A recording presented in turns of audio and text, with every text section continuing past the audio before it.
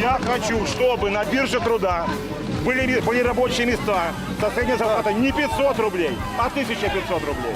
Но их надо заработать. Нет, их надо создать. А как?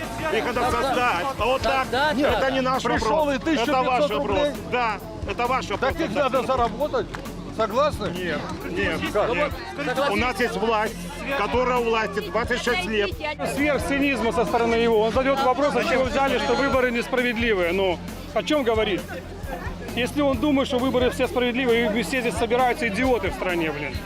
Нам надоело то, что наших людей избивают просто ни за что. Нам хотим честных выборов, мы хотим просто перемен, чтобы страна начала подниматься с колен, которая 26 лет стоит на коленях. Это наш народ, потому что нам здесь жить.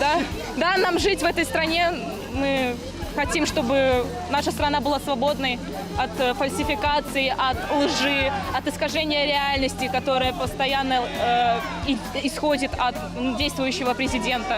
Уже не действующего, правда, но, к сожалению, он до сих пор держится за власть. Нелегально, абсолютно незаконно. Это нарушение конституционного строя прямое. А он говорит, что это он так пытается, наоборот, защитить страну. Я тут, бо я, по-перше, обурений тим, що відбулося в нашій країні. Ось, по-перше. А по-друге, що я, не глядячи на все, все-таки маю надію на становчі переміни.